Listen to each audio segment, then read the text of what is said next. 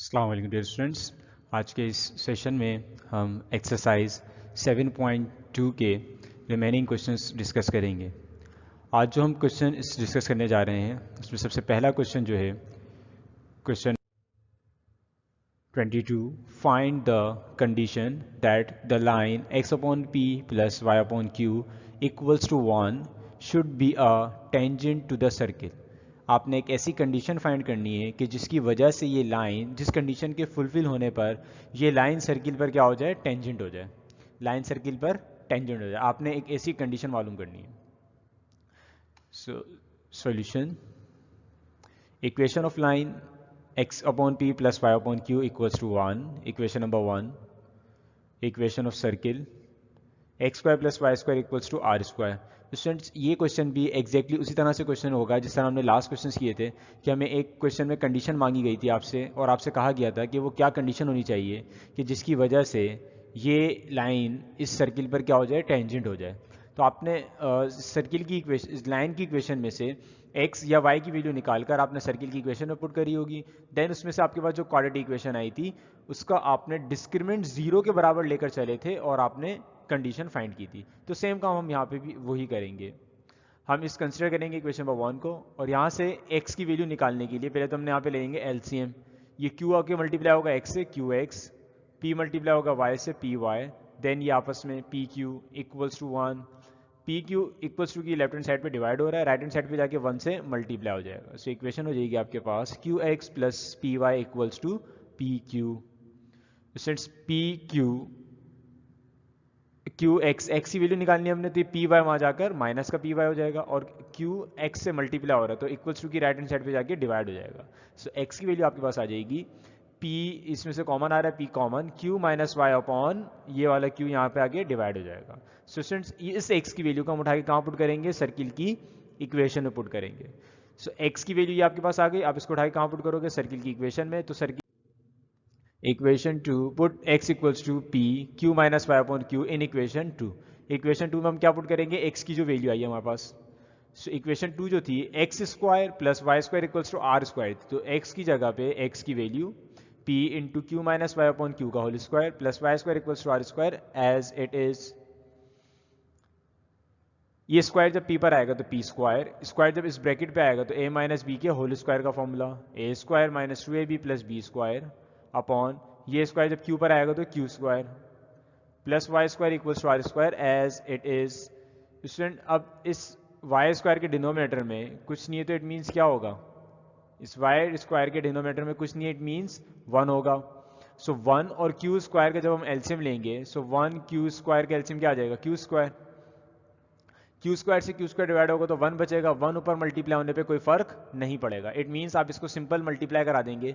सो P square Q square से multiply होकर P square Q square, P square जब minus 2 Q Y से होगा so minus 2 P square Q Y, P square Y square से होगा तो पी स्क्वायर वाई स्क्वायर, और ये क्यू स्क्वायर, अब जब ये क्यू स्क्वायर 1 से डिवाइड होगा तो क्यू स्क्वायर बचेगा, वो क्यू स्क्वायर इसके ऊपर मल्टीप्लाई हो जाएगा, Q square Y square equals to R square as it is. ये क्यू स्क्वायर वहाँ जाकर आर स्क्वायर से मल्टीप्लाई हो जाएगा। तो स्टूडेंट्स हमने x की वैल्यू पुट करी थी तो वहाँ पास क्वाड्रेटिक इक्वेशन किसकी आएगी, y की फॉर्म में। तो जो y स्क्वायर वाली जो दो टर्म्स थी इनमें से हमने y स्क्वायर को कॉमन ले लिया। तो आपके वैल्यूज बची P square plus Q square minus 2 P square Q Y, हमने फिर y पावर 1 वाली वेरिएबल लिखा, वैल्यू लिखी, पहले y स्क्वायर वाली फिर y पावर 1 वाली, अब विदाउट वेरिएबल। विदाउट वेरिएबल कौन सी है, पी स्क्वायर क्यू स्क्वायर, और ये क्यू स्क्वायर वहाँ जाके हो गया आर स्क्वायर। अब ये क्यू स्क्वायर आर स्क्वायर भी कांस्टेंट है, ये भी यहाँ आकर माइनस का हो जाएगा। सो आपके पास जो क्वाड्रेटिक इक्वेशन आएगी वो ये होगी, P square plus Q square Y square minus 2 P square Q Y plus P square Q square minus Q square R square. ये स्टूडेंट्स आपके पास एक क्वाड्रेटिक इक्वेशन आ गई। ये क्वाड्रेटिक इक्वेशन कब आई, जब आपने लाइन की इक्वेशन में से x की वैल्यू निकालकर सर्किल की इक्वेशन में पुट किया।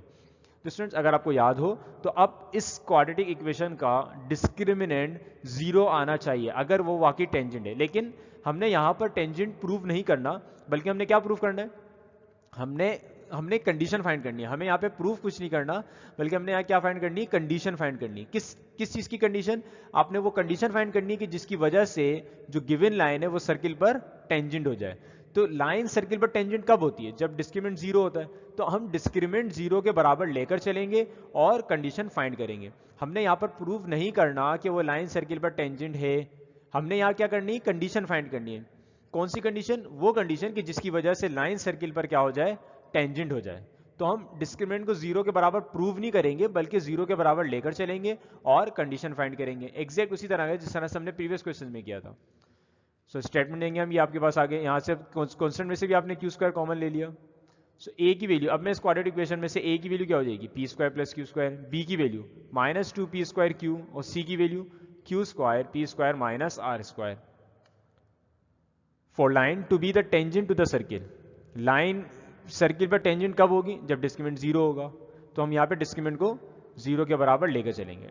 Since discriminant equals to zero, B square minus four A C equals to zero, B square means B की वैल्यू का स्क्वायर माइनस बी की वैल्यू का स्क्वायर माइनस फोर ए की वैल्यू, ए की जगह ए की वैल्यू, सी की जगह सी की वैल्यू इक्वल्स टू जीरो। तो स्क्वायर जब ये इन तीनों टर्म्स पे अलग अलग होगा, सो माइनस टू पे स्क्वायर होगा तो वो प्लस का फोर हो जाएगा, पी स्क्वायर पे स्क्वायर आएगा तो पी पावर फोर, क्यू पे आएगा तो क्यू स्क्वायर माइनस फोर, ये क्यू स्क्वायर मैंने शुरू में लिख लिया, माइनस फोर क्यू स्क्वायर, और ये दोनों ब्रैकेट्स एज इट इज। इसको शुरू में लिखने की वजह, अंदर मल्टीप्लाई ना कराने की वजह ये थी कि इसमें भी फोर क्यू स्क्वायर आ रहा था, इसमें भी फोर क्यू स्क्वायर, तो इन दोनों टर्म्स में से फोर क्यू स्क्वायर कॉमन आ जाएगा और हमारा काम थोड़ा आसान हो जाएगा। सो हम फोर क्यू स्क्वायर को यहाँ से कॉमन ले लेंगे, तो आपके पास फर्स्ट टर्म में जो वैल्यू बचेगी, फोर कॉमन जा चुका है, क्यू स्क्वायर कॉमन जा चुका है, पी पावर फोर बचा, माइनस ये पूरी टर्म कॉमन जा चुकी है, दोनों brackets as it is equals to zero. अब ये फोर क्यू स्क्वायर यहाँ मल्टीप्लाई हो रहा है, इक्वल्स टू की राइट हैंड साइड पे जाकर डिवाइड हो जाएगा, और आपके पास जो वैल्यूज बचेंगी वो ये होंगी, P power four minus P square plus Q square, P square minus R square. ये four Q square equals to की राइट हैंड साइड पे आके जीरो से डिवाइड होगा। सो अब आपके पास जो वैल्यूज बची, P power four minus P square plus Q square, P square minus R square equals to zero. ये दोनों ब्रैकेट्स आपस में मल्टीप्लाई हो रहे हैं, सो इनको मल्टीप्लाई करा देंगे। और ये मल्टीप्लाई कराने से पहले ये तो आप चाहें तो यही मल्टीप्लाई करा लें, चाहें तो इन दोनों ब्रैकेट्स के, क्योंकि माइनस के तो दोनों ब्रैकेट्स वहाँ जाकर प्लस के हो जाएंगे। ये पूरी एक टर्म है, ये दोनों ब्रैकेट्स जो हैं ये पूरी एक टर्म है। जिस तरह अगर मैं आपको समझाने के लिए एग्जाम्पल लूँ, तो अगर किसी जगह पे लिखा हुआ है minus X Y equals to zero, तो स्टूडेंट्स ये माइनस का एक्स वाई इक्वल्स टू की वहाँ जाके क्या हो जाएगा, प्लस का एक्स वाई हो जाएगा। माइनस का एक्स वाई इक्वल्स टू की राइट हैंड साइड पे जाकर प्लस का एक्स वाई हो जाएगा। इसी तरह अगर ये दो वैल्यूज मल्टीप्लाई हो रही हैं, दो ब्रैकेट्स मल्टीप्लाई हो रहे हैं और ये माइनस के, तो ये दोनों ब्रैकेट्स वहाँ जाके क्या हो जाएंगे, कंप्लीट वैल्यू किसकी हो जाएगी, पॉजिटिव हो जाएगी। So P power four equals to, अब ये दोनों ब्रैकेट्स आपस में मल्टीप्लाई हो रहे हैं, P power four as it is equals to P square times P square is P power four, P square times minus R square is minus P square R square, Q square P square से multiply होगा तो Q square P square, Q square R square से होगा तो minus Q square R square. Students इस P power four से P power four cancel हो जाएगा। सो अब minus P square R square और क्यू स्क्वायर पी स्क्वायर, इन दोनों टर्म्स में से फर्स्ट टू टर्म्स में से क्या कॉमन आ रहा है, पी स्क्वायर कॉमन आ रहा है, तो हमने पी स्क्वायर कॉमन ले लिया। फर्स्ट टर्म में बचेगा माइनस आर स्क्वायर, सेकेंड में प्लस क्यू स्क्वायर, ये बच जाएगा, और ये माइनस का Q square R square equals to की दूसरी साइड पे जाकर क्या हो जाएगा, ये प्लस का Q square R square. Student अब ये पी स्क्वायर मल्टीप्लाई हो रहा है, पी स्क्वायर वहां जाके डिवाइड हो जाएगा, और ये Q square R square complete यहाँ आके डिवाइड हो जाएगा। इसके डिवाइड कराने की वजह क्या थी, ये पी स्क्वायर वहां जाके डिवाइड हुआ, वन अपन पी स्क्वायर, ये क्यू स्क्वायर आर स्क्वायर यहाँ आके डिवाइड हुआ, तो Q square upon R square denominator में आ जाएगा। अब इसके डिवाइड कराने की वजह ये थी कि अब एलसीएम ब्रेक करने से मजीद सिंप्लीफाई हो सकता है। अगर मैं इस क्यू स्क्वायर आर स्क्वायर को आर स्क्वायर के नीचे अलग और क्यू स्क्वायर के नीचे अलग कर दूं, एलसीएम ब्रेक कर दूं, सो इस आर स्क्वायर से ये आर स्क्वायर कैंसिल हो जाएगा और इस क्यू स्क्वायर से ये क्यू स्क्वायर कैंसिल हो जाएगा। सो आपके पास जो वैल्यूज बचेंगी वो होंगी minus one upon Q square, ये आर स्क्वायर और आर स्क्वायर कैंसिल हो गया, इस क्यू स्क्वायर से Q square cancel, one upon R square equals to one upon P square as it is.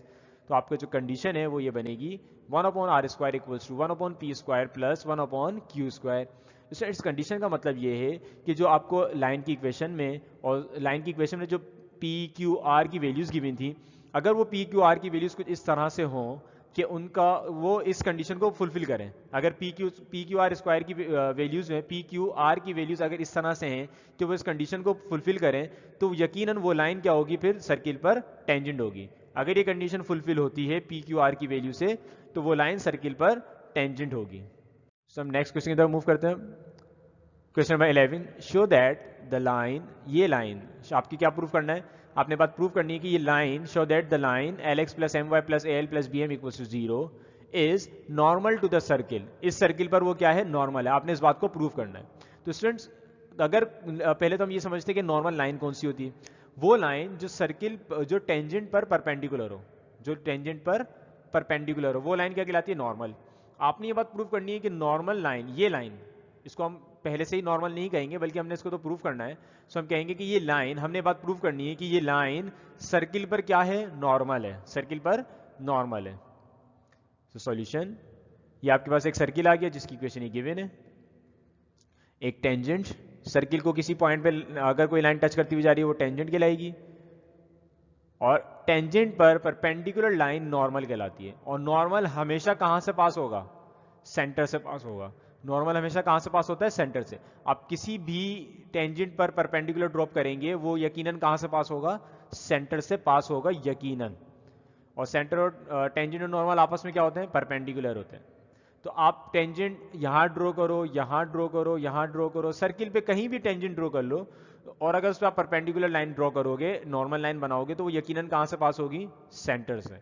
It means अगर मैं ये बात प्रूव कर दूं कि इस सर्किल का जो सेंटर है, इस सर्किल का जो सेंटर है, सर्किल की इक्वेशन ये गिवन है, इस सर्किल के सेंटर से ये लाइन पास हो रही है। अगर मैं ये बात प्रूव कर दूं कि सर्किल के सेंटर से ये लाइन क्या हो रही है, पास हो रही है, तो ये बात प्रूव हो जाएगी कि ये लाइन सर्किल पर, ये लाइन कौन सी है, नॉर्मल लाइन है, क्योंकि नॉर्मल लाइन हमेशा कहां से पास होगी, सेंटर से पास होगी। तो हम पहले इस सर्किल का सेंटर फाइंड करेंगे और उस सेंटर की कोऑर्डिनेट्स को उठा के कहां पुट कर देंगे, इस लाइन की इक्वेशन में।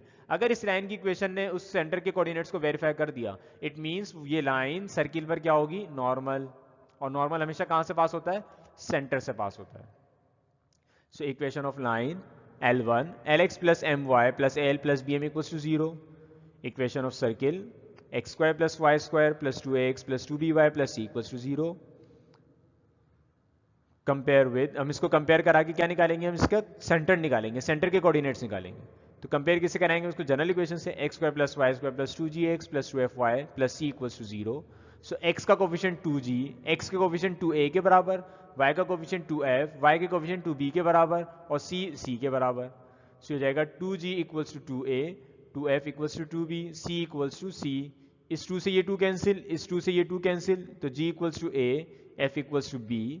हमें g और f की वैल्यूज नहीं बल्कि हमें माइनस जी और माइनस एफ चाहिए, क्योंकि सेंटर के कोऑर्डिनेट्स क्या होते हैं, सेंटर कोऑर्डिनेट्स होते हैं माइनस जी और माइनस एफ। तो माइनस जी की वैल्यू जाएगी माइनस ए, माइनस एफ की वैल्यू माइनस बी। तो वहाँ पर जो सेंटर के कोऑर्डिनेट्स आ गए, therefore centre minus G comma minus F equals to C minus A comma minus B. It means अब मुझे ये बात प्रूव करनी है कि लाइन सर्किल पर क्या है, नॉर्मल। अगर ये लाइन सर्किल पर नॉर्मल है तो यकीनन कहाँ से पास हो रही होगी, सेंटर से पास हो रही होगी। तो अब मैं इस सेंटर को, इस सेंटर के coordinates minus A minus B को कहाँ पुट कर दूंगा, इस लाइन की इक्वेशन में। अगर इस सेंटर के कोऑर्डिनेट्स ने इस लाइन की इक्वेशन को वेरीफाई कर दिया, इट मीन्स ये लाइन नॉर्मल है, अदरवाइज ये नॉर्मल नहीं होगी।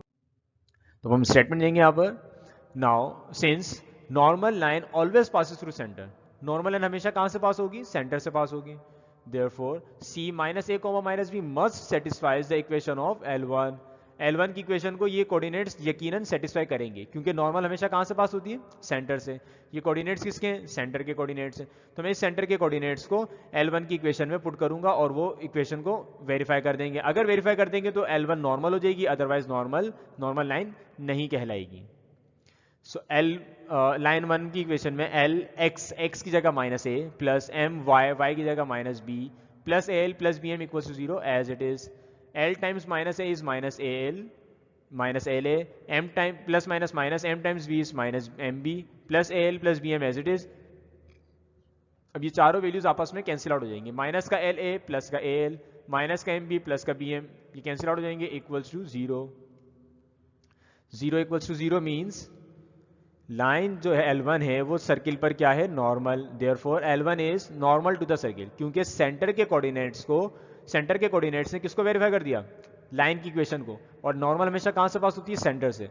तो अगर सेंटर वेरीफाई कर रहा है उस इक्वेशन को, तो वो कौन सी लाइन होगी, वो नॉर्मल लाइन होगी। प्रूव्ड। तो स्टूडेंट्स अब हम नेक्स्ट क्वेश्चन की तरफ मूव। अब जो हमारे पास क्वेश्चन है, क्वेश्चन नंबर 17, आपसे कहा गया find the coordinates of the middle point of the chord cut off from the line this by the circle this. अब स्टूडेंट ये कॉर्ड लाइन कौन सी होती है, कॉर्ड लाइन ऐसी लाइन, पहले हम कॉर्ड समझने से पहले हम डायमीटर समझते हैं। डायमीटर कौन सी लाइन होती है? डायमीटर एक ऐसी लाइन होती है जो सर्किल को 2 पॉइंट्स पे टच करती है, जो सर्किल को 2 पॉइंट्स पे भी टच करती है और सेंटर से भी पास होती है। सर्किल को 2 पॉइंट पे टच करने वाली लाइन और सेंटर से भी पास हो रही हो, वो लाइन कौन सी लाइन कहलाती है? डायमीटर। और ऐसी लाइन जो सर्किल को तो 2 पॉइंट पे टच करे बट सेंटर से पास ना हो, वो लाइन कहलाती है कॉर्ड लाइन। तो कॉर्ड और डायमीटर में क्या फर्क है कि डायमीटर सेंटर से पास होता है और सर्किल को 2 पॉइंट पे टच करता है। कॉर्ड लाइन जो है वो सेंटर से पास नहीं होती, लेकिन 2 पॉइंट्स पर सर्किल को टच जरूर करती है।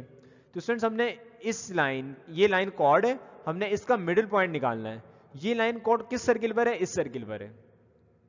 सॉल्यूशन, इसकी डायग्राम देखते हैं। ये एक सर्किल आ गया जो आपको सर्किल की इक्वेशन गिवन है। ये आ गई एक कॉर्ड, ये लाइन कॉर्ड कहलाती है जो सर्किल को 2 पॉइंट पर टच कर रही है और सेंटर से पास नहीं हो रही। इन 2 पॉइंट्स पे सर्किल को टच कर रही है।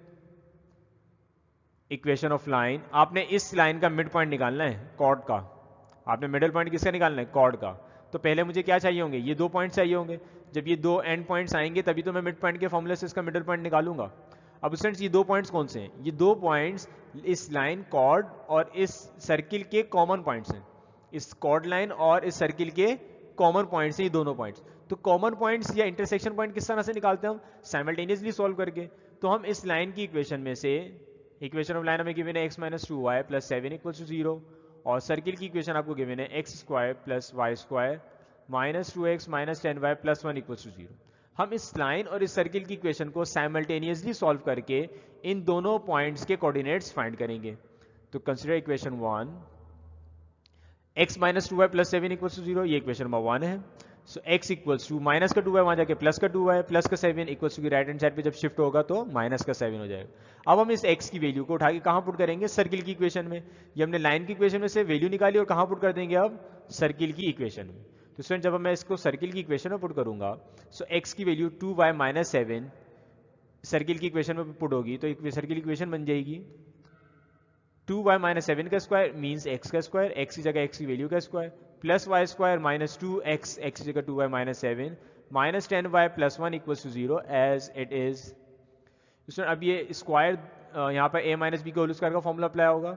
सो a स्क्वायर मीन्स 2y का square which is 4y square minus 2ab, 2 × 2 4, 4 × 7 28y plus b square means 7 का स्क्वायर 49। ये plus y square as it is, minus 2 × 2y is -4y, minus 2 × -7 is +14, minus 10y + 1 = 0 as it is. Students, अब हम इसको मजीद simplify करेंगे। सो ये हो जाएगा 4y square + y square 5y square minus 28y minus 4y minus 32y minus 32y minus 10y minus 42y 49 + 1 50, 50 + 14 64। तो sir अब हमने इस सर्किल इस क्वाड्रेटिक इक्वेशन को फैक्टराइज करना होगा, या फिर आप चाहें तो क्वाड्रेटिक फॉर्मूला भी अप्लाई कर सकते हैं। तो स्टूडेंट, फैक्टराइज करने के लिए मुझे ऐसी 2 वैल्यूज चाहिए कि मैं जिनको मल्टीप्लाई कराऊं तो वो क्या आ जाए? 320 और फर्स्ट एंड लास्ट वैल्यू का प्रोडक्ट मींस 5 × 64 इज 320। मुझे मल्टीप्लाई करने पे वो दोनों वैल्यूज को मल्टीप्लाई कराऊं तो 320 आ जाए और प्लस माइनस करने पे क्या आ जाए? वो -42। प्लस माइनस करने पे क्या है? Middle term means 42। तो ऐसी 2 स्टूडेंट्स वैल्यूज कौन सी होंगी?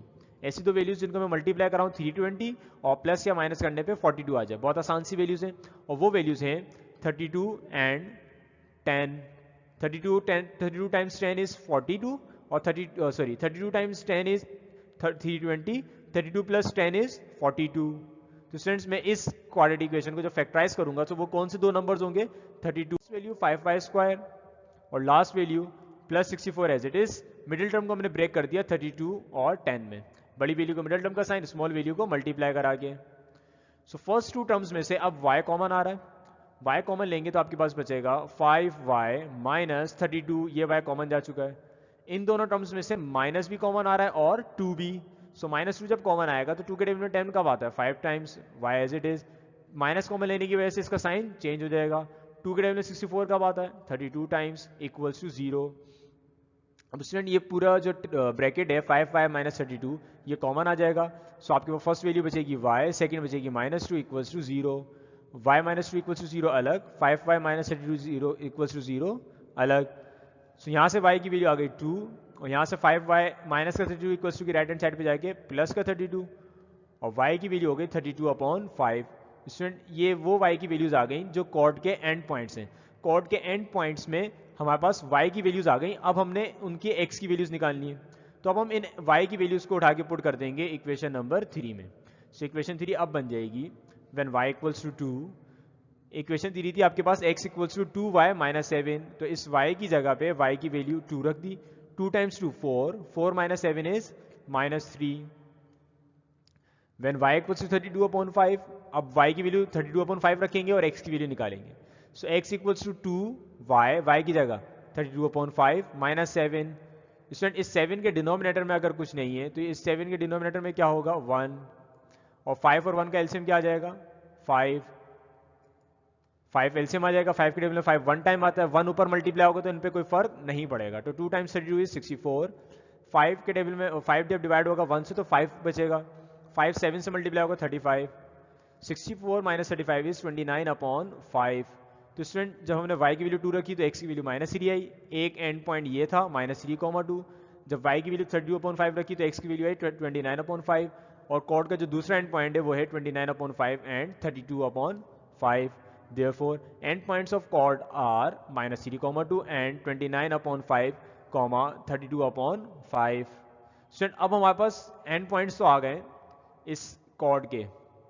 अब हमने क्या निकालना होगा, इस कॉर्ड का मिडिल पॉइंट निकालना है। सो एंड पॉइंट्स हमें पता है, मिडिल पॉइंट निकालना है बहुत आसान है।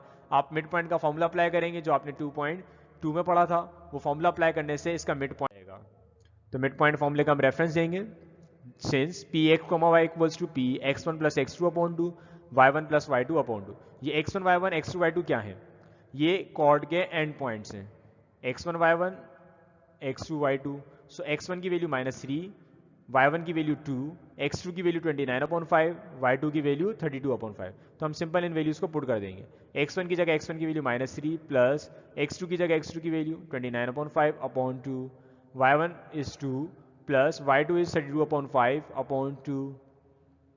दोनों फ्रैक्शंस में न्यूमरेटर में एलसीएम आ रहा है, तो इस -3 के डिनोमिनेटर में अगर कुछ नहीं है तो क्या होगा यहाँ पर 1। इस -3 के डिनोमिनेटर में कुछ नहीं है तो मीन्स 1 होगा। सिमिलरली इस 2 के डिनोमिनेटर में कुछ नहीं है तो इस 2 के डिनोमिनेटर में भी 1 होगा। सो जब हम इसका एलसीएम लेंगे 5 और 1 का, तो आपके पास एलसीएम आ जाएगा 5 एलसीएम आ जाएगा। 1 के टेबल में 5 टाइम्स आता है, 5 ऊपर मल्टीप्लाई हो जाएगा तो -3 टाइम्स 5 इज -15। 5 के टेबल में 5 1 टाइम आता है, 1 ऊपर मल्टीप्लाई होगा 29 एज इट इज। देन ये आपस में, then 5 times 2 is 10, 1 times 2 32, then 5 times 1 is 5 whole divided by 2 as it is. अब उससे ये 2 5 से मल्टीप्लाई हो जाएगा, ये 2 भी 5 से मल्टीप्लाई हो जाएगा। सो हो जाएगा p -15 + 29 इज 14/10, 10 + 32 इज 42/10। इसकी सिंप्लीफिकेशन कर लेंगे, मजीद कैंसिलेशन होगी। सो 2 के टेबल से होगी, 2 times 7 14, 2 times 5 10, 2 times 21 is 42, 2 times 5 is 10। So student ये मिड पॉइंट के कोऑर्डिनेट्स आ गए। किसके मिड पॉइंट के कोऑर्डिनेट्स हैं ये? मिडिल पॉइंट के कोऑर्डिनेट्स किसके हैं ये? कॉर्ड लाइन के। कौन सी कॉर्ड लाइन? जो हमें सर्किल पर गिवन थी। हमें इस कॉर्ड लाइन की इक्वेशन भी गिवन थी और सर्किल की इक्वेशन भी गिवन। हमने उन दोनों को साइमल्टेनियसली सॉल्व करके पॉइंट्स निकाले, इनके कॉमन पॉइंट्स निकाले, फिर मिड पॉइंट फॉर्मूला यूज करके मिड पॉइंट के कोऑर्डिनेट्स फाइंड कर लिए। मिड पॉइंट के कोऑर्डिनेट्स आपके पास आए 7/5, 21/5। तो स्टूडेंट्स हमने इस क्वेश्चन में मिड पॉइंट ही फाइंड करने थे। तो आज के सेशन में हमने यही 3 क्वेश्चन डिस्कस करने थे। तो इंशाल्लाह हम नेक्स्ट सेक्शन में फर्दर क्वेश्चन डिस्कस करेंगे।